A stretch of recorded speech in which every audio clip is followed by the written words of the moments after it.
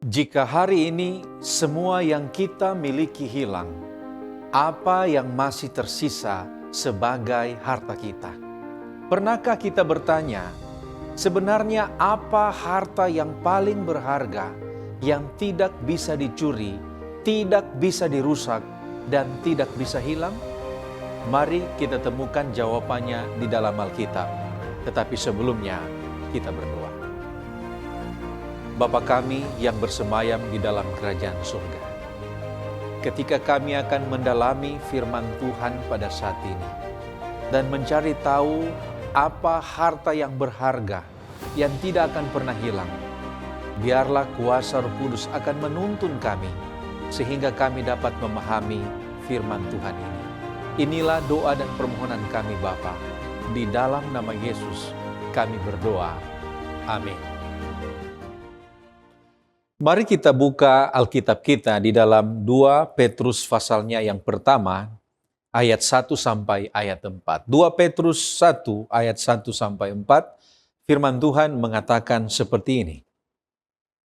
Dari Simon Petrus, hamba dan rasul Yesus Kristus, kepada mereka yang bersama-sama dengan kami, memperoleh iman oleh karena keadilan Allah dan Juru Selamat kita, Yesus Kristus. Kasih karunia dan damai sejahtera melimpahi kamu oleh pengenalan akan Allah dan akan Yesus Tuhan kita. Karena kuasa ilahinya telah menganugerahkan kepada kita segala sesuatu yang berguna untuk hidup yang saleh oleh pengenalan kita akan Dia, yang telah memanggil kita oleh kuasanya yang mulia dan ajaib. Dengan jalan itu, Ia telah menganugerahkan kepada kita janji-janji yang berharga dan yang sangat besar, supaya olehnya kamu boleh mengambil bagian dalam kodrat ilahi dan luput dari hawa nafsu duniawi yang membinasakan dunia.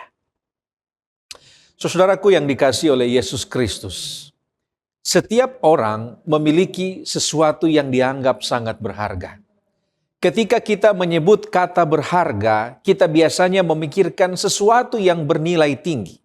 Sesuatu yang tidak ingin kita kehilangan, atau sesuatu yang kita jaga dengan penuh perhatian. Bagi banyak orang, anak-anak adalah harga atau harta yang paling berharga. Ada juga yang sangat menghargai pasangan hidupnya. Mereka menjaga hubungan itu dengan kasih dan perhatian. Ada juga yang menganggap benda-benda tertentu sebagai barang yang sangat berharga. Misalnya, mungkin itu bisa saja warisan keluarga, ataupun perhiasan yang sangat mahal, ataupun kendaraan kesayangan, ataupun benda-benda yang memiliki nilai emosional. Dan hal-hal seperti itu biasanya kita rawat dengan baik karena kita tidak ingin kehilangan akan barang itu. Nah, saudaraku yang terkasih, di sebuah museum yang terkenal di Washington, di sana terdapat sebuah permata terkenal yang disebut dengan Hope Diamond. Dan permata itu dianggap sangat berharga sehingga disimpan di dalam ruangan yang khusus, dan ruangan itu dilindungi dengan kaca yang tebal. Ada sistem keamanan modern dan bahkan ada penjaga yang bersenjata yang berjaga di sana.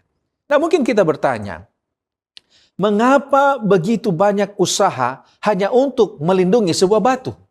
Nah, jawabannya hanya sederhana. Karena barang yang ada di dalam ruangan itu adalah barang yang sangat berharga.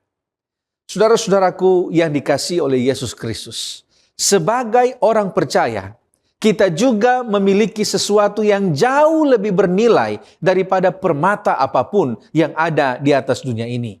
Kekayaan dunia suatu hari akan hilang. Benda-benda yang kita miliki tidak akan bertahan lama. Bahkan hal-hal yang dianggap paling mahal di dunia saat ini, suatu saat akan lenyap. Tetapi Tuhan telah memberikan kepada saya dan saudara harta-harta rohani, dan harta ini tidak akan pernah hilang.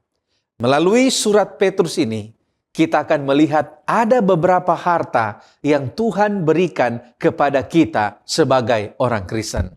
Mari kita perhatikan bersama apa saja harta rohani yang sangat berharga ini bagi orang percaya. Harta yang pertama kita bisa baca di dalam 1 Petrus 1 ayatnya yang ketujuh. Di dalam 1 Petrus 1 ayatnya yang ketujuh, di sana dikatakan, maksud semuanya itu ialah untuk membuktikan kemurnian imanmu yang jauh lebih tinggi nilainya daripada emas yang fana, yang diuji kemurniannya dengan api, sehingga kamu memperoleh puji-pujian dan kemuliaan dan kehormatan pada hari Yesus Kristus menyatakan dirinya. Saudara-saudara yang terkasih, seringkali kita memandang penderitaan sebagai sesuatu yang buruk. Ketika kesulitan datang, kita bertanya-tanya mengapa Tuhan mengizinkan hal itu terjadi. Tetapi justru sebenarnya ujian yang kita hadapi itulah harta yang Tuhan berikan kepada kita.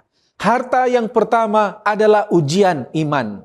Petrus memberikan sudut pandang yang berbeda kepada kita. Petrus mengatakan bahwa ujian iman justru memiliki nilai yang sangat besar bagi orang Kristen. Dan di sini Petrus membandingkan iman dengan emas yang dimurnikan oleh api. Ketika emas dipanaskan, semua kotoran akan terpisah sehingga emas menjadi lebih murni. Demikian juga kehidupan orang percaya. Ketika kesulitan datang dalam kehidupan kita, maka kita akan dimurnikan. Kesulitan seringkali menjadi alat Tuhan untuk membentuk karakter saya dan saudara, untuk memurnikan kita di hadapan Tuhan. Di saat-saat sulit, kita belajar banyak hal.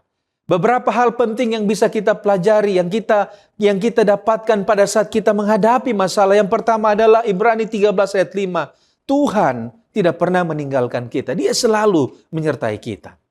Roma 8 ayat 28, hal yang kedua, setiap peristiwa selalu berada dalam kendali Tuhan.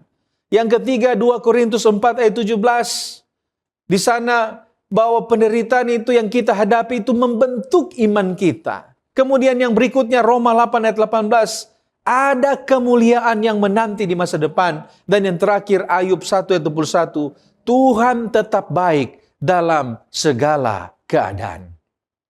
Sejarah Alkitab penuh dengan contoh yang membuktikan dan menunjukkan bahwa kesulitan seringkali membuka mata kita untuk melihat kuasa Tuhan. Para murid melihat mujizat Yesus berjalan di atas air karena ada badai di sana. Sadrak, Mesak, dan Abednego mengalami penyertaan Tuhan karena berada di dalam perapian yang menyala-nyala. Maria dan Marta menyaksikan kebangkitan Lazarus karena mereka mengalami duka cita terlebih dahulu. Seringkali kita akan mengenal Tuhan lebih dalam justru ketika kita melewati lembah bayang-bayang maut. Saudaraku yang terkasih, harta yang kedua adalah darah penebusan Kristus.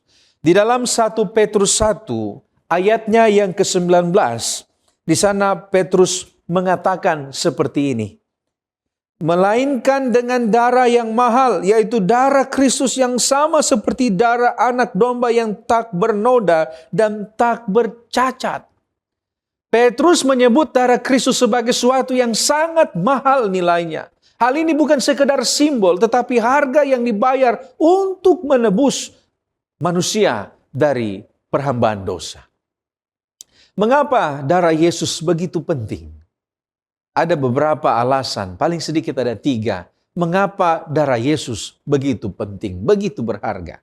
Karena melalui darah Yesus yang pertama, kita ditebus oleh dosa. Dari dosa. Yang kedua, karena darah Yesus kita melihat kasih Allah itu dinyatakan kepada dunia. Roma 5 ayat 8. Karena darah Yesus, 1 Yohanes 1 ayat 7, dosa kita dibersihkan. Saudara-saudaraku yang terkasih, Yesus adalah anak domba yang tidak bercacat. Ia mati bukan karena kesalahannya sendiri, tetapi sebagai pengganti bagi manusia. Salib bukan sekedar simbol kekristenan. Yang membuat salib berarti adalah pengorbanan Kristus yang mencurahkan darahnya untuk keselamatan saya dan saudara. Oleh karena itu, berita tentang darah Kristus yang telah menebus umat manusia haruslah menjadi berita yang berharga bagi kita. Bukan saja berita, tetapi sebagai sesuatu yang tetap kita jaga dan kita wariskan bagi anak-anak kita. Harta yang ketiga, 1 Petrus pasalnya yang kedua, ayat 6 sampai 7. 1 Petrus pasal 2 ayat 6 sampai 7 di sana dikatakan, sebab ada tertulis dalam kitab suci, sesungguhnya aku meletakkan di Sion sebuah batu yang terpilih, sebuah batu penjuru yang mahal, dan siapa yang percaya kepadanya tidak akan dipermalukan. Karena itu bagi kamu yang percaya ia mahal, tetapi bagi mereka yang tidak percaya, batu yang telah dibuang oleh tukang bangunan telah menjadi batu penjuru, juga telah menjadi batu sentuhan dan suatu batu sandungan. Saudaraku yang terkasih, di dalam ayat ini Petrus menegaskan jika Yesus sendiri adalah harta yang berharga bagi orang Kristen. Harta yang ketiga adalah Yesus itu sendiri. Bagi dunia Yesus mungkin dianggap sebagai tokoh sejarah, tetapi bagi orang percaya dia adalah pusat kehidupan kita. Mengapa Yesus begitu berharga? Ada 5 alasan. Yang pertama, Yeremia 31 ayat 3, karena dia mengasihi kita dengan kasih yang kekal. Tidak ada kasih yang sama seperti kasih Yesus. Mengapa Yesus begitu berharga? 1 Petrus 5 ayat 7, karena dia peduli terhadap kita. Orang lain tidak peduli, tetapi Tuhan peduli. Alasan yang ketiga, mengapa Yesus begitu berharga? Ibrani 4 ayat 15, ia memahami kelemahan kita. Yang keempat, Mazmur 46 ayat 1, ia selalu siap menolong kita. Dan yang kelima, Yohanes 15 ayat 13, ia menyerahkan nyawanya demi keselamatan kita. Manusia dapat mengecewakan kita. Bahkan orang yang kita kasihi pun bisa gagal memahami kita. Tetapi Yesus tidak pernah meninggalkan umatnya. Ketika kita datang kepadanya dengan hati yang bertobat, ia tidak pernah menolak kita. Yesus sendiri berkata di dalam Yohanes pasal 6 ayat 37, barang siapa datang kepadaku, ia tidak akan kubuang. Itulah sebabnya bagi orang percaya, Yesus itu adalah harta yang sangat berharga. Harta yang keempat, 2 Petrus pasalnya yang pertama, ayatnya yang pertama. 2 Petrus 1 ayat 1. Di sana dikatakan dari Simon Petrus, hamba dan rasul Yesus Kristus kepada mereka yang bersama-sama dengan kami memperoleh iman oleh karena keadilan Allah dan juru selamat kita, Yesus Kristus. Iman di sini adalah harta yang selanjutnya. Iman itu berharga karena hanya melalui iman saja kepada Yesus, manusia dapat memperoleh keselamatan. Yohanes 14 ayat 6, Yesus berkata, akulah jalan dan kebenaran dan hidup. Oleh karena itu, iman kepada Kristus memiliki keistimewaan. Paling sedikit ada 5 keistimewaan. Yang pertama, Wahyu pasal 22 ayat 17. Itu diberikan kepada kita secara cuma-cuma. Iman itu diberikan secara cuma-cuma. Roma 10 ayat 13, iman itu tersedia bagi semua orang. Siapa saja yang percaya, kita akan memiliki iman. Ibrani 7 ayat 25, iman itu membawa keselamatan yang sempurna. Efesus 2 ayat 8 sampai 9, iman itu adalah karya Allah sendiri. Dan Yohanes 10 ayat 28, iman itu akan memberikan kita hidup yang kekal. Karena itu, iman kepada Kristus adalah sesuatu yang harus kita jaga, kita wariskan juga kepada generasi-generasi berikutnya. Harta yang kelima, harta yang terakhir dalam pelajaran ini, 2 Petrus 1 ayatnya yang keempat. Dengan jalan itu ia telah menganugerahkan kepada kita janji-janji yang berharga dan yang sangat besar, supaya olehnya kamu boleh mengambil bagian dalam kodrat ilahi dan luput dari hawa nafsu duniawi yang membinasakan dunia. Alkitab penuh dengan janji-janji. Allah memiliki janji-janji kepada umat-umatnya. Beberapa orang mengatakan bahwa ada ribuan janji Tuhan di dalam Alkitab. Tetapi yang terpenting, Bukanlah jumlah janji-janji itu, tetapi fakta bahwa janji-janji itu selalu ditepati. Tuhan tidak pernah berdusta, Ibrani pasal 6 ayat 18. Ia memiliki kuasa untuk melakukan apa yang telah ia janjikan, Roma pasal 4 ayat 21. Oleh karena itu, janji Tuhan itu adalah harta yang sangat berharga. Harta yang perlu kita pegang, menjadi keyakinan dalam kehidupan orang Kristen. Sebagai kesimpulan, melalui firman Tuhan yang telah kita renungkan bersama, kita pelajari pada saat ini, Tuhan memberikan beberapa harta rohani yang berharga bagi saya dan saudara. Yang pertama adalah ujian iman. Yang kedua yaitu darah Yesus Kristus yang telah menebus kita. Yang ketiga yaitu Yesus itu sendiri.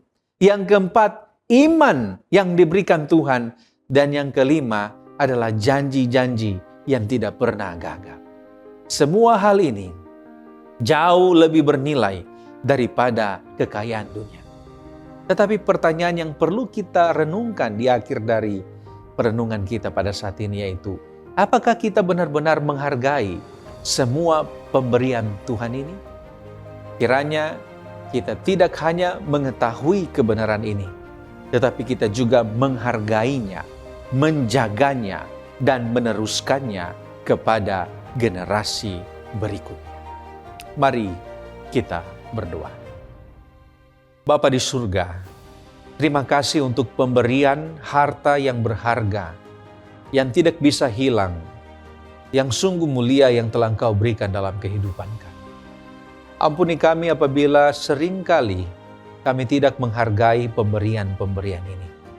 Dan biarlah Tuhan setelah ini, kehidupan kami akan semakin bermakna oleh karena kami dapat menghargai pemberian-pemberian berharga ini.